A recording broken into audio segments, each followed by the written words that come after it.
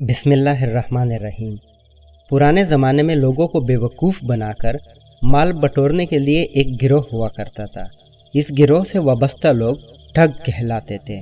उन्हीं ठगों का एक वाक़या है कि एक देहाती दुम्बा खरीदकर अपने घर जा रहा था कि चार ठगों ने उसे देख लिया और ठगने का प्रोग्राम बनाया। चारों ठग उसके रास्ते पर कुछ फासले से खड़े हो गए।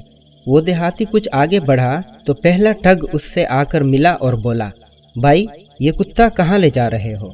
देहाती ने उसे घूर कर देखा और बोला, बेवकूफ़ तुझे नज़र नहीं आ रहा कि ये दुम्बा है, कुत्ता नहीं।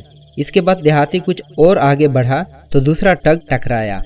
उसने कहा, यार ये कुत्ता तो बड़ा शानदार है, कितने का खरीदा? देहाती ने उसे भी झिड़क दिया। अब देहाती तेज़ कदमों से अपने घर की तरफ बढ़ने लगा, मगर आगे तीसरा ठग ताक में बैठा हुआ था। उसने प्रोग्राम के मुताबिक कहा, जनाब ये कुत्ता कहाँ से लिया? अब देहाती तशवीश में मुब्तला हो गया कि कहीं वाकई ये कुत्ता तो नहीं। इसी शशोपंज में मुब्तला वो बाकी मानदा रास्ता काटने लगा।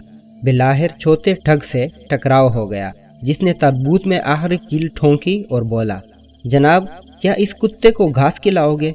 अब तो देहाती के औसान हता हो गए और उसका शक यकीन में बदल गया कि ये तो वाकई कुत्ता है। फिर उसने दुम्बे को कुत्ता समझकर उसे रास्ते में ही छोड़ दिया और खुद घर चला आया। यूं उन चारों ठगों ने दुम्बा ठग लिया।